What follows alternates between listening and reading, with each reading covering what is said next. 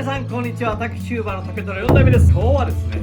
竹のカトラリーをちょっとご覧いただきたいなと思っています。カレースプーン、デザートスプーン、コーヒースプーン、煮豆スプーン、茶さじ、マドラー、バターナイフ、いろいろあるんですけれど、全部で妄想竹っていう身の厚い竹で作ってるんですけれど、妄想竹を縦に割ってですね、炭化加工って熱と圧力で蒸し焼き状にして、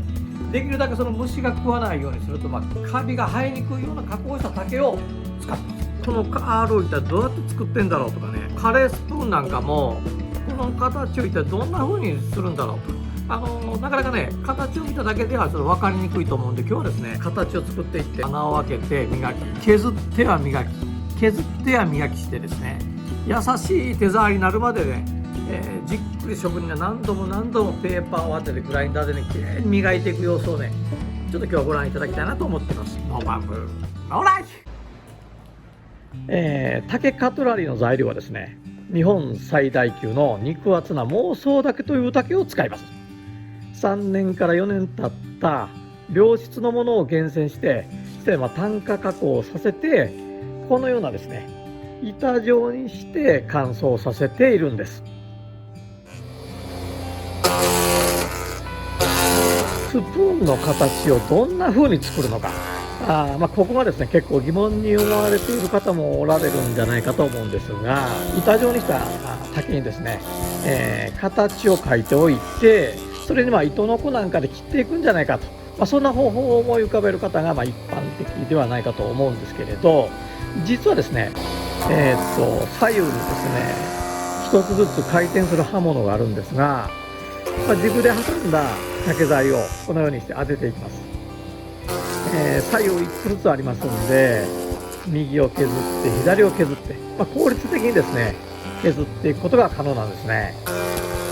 軸にしっかり挟み込んでありますので、もう形がぴったり同じようなスプーンの形を取ることができます。はい、この通り、このようにして出来上がりました。この軸もですね、作るそのスプーンの形やそれから大きさによって一つずつ軸を用意しないといけないんですが、それぞれ鉄工所さんとかにお願いして作っています。形を取った後はレンゲ特有の曲がりの部分の工程です。竹材に熱を入れて柔らかくしてから、この万力の型に入れて、ギューッと染み込んでいきます。でその後はですね、この木型に入れて 2,3 日置いて固定させていくんです。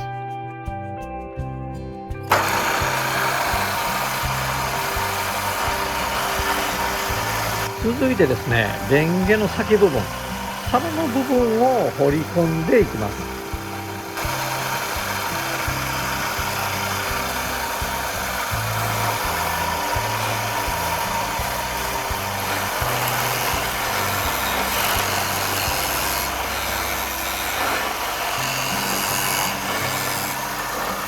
で一応これで粗削りをして、中削り、仕上げの削りというような工程に大体送っていきます。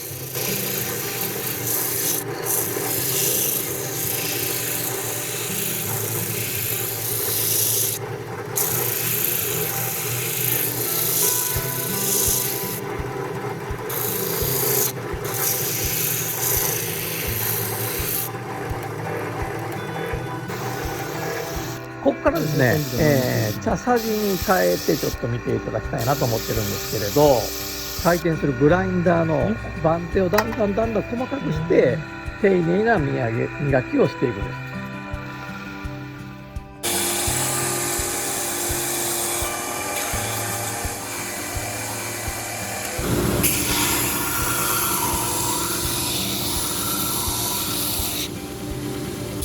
実にこの磨きの工程がですね、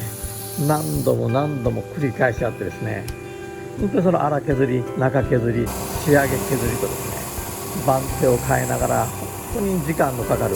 根気のいる仕事がずっと続きます。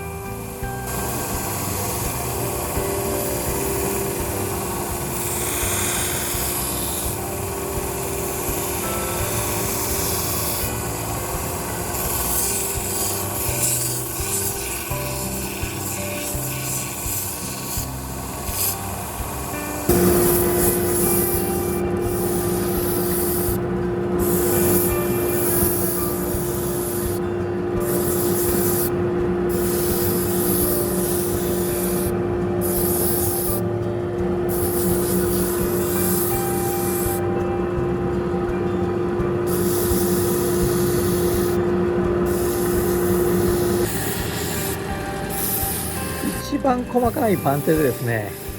いよいよ仕上げの工程が始まりました。この仕上げ磨きでですね、丁寧に磨き込んで、竹特有のつるつるとした心地の良い手触りのいい竹のカトラリーがこれで誕生します。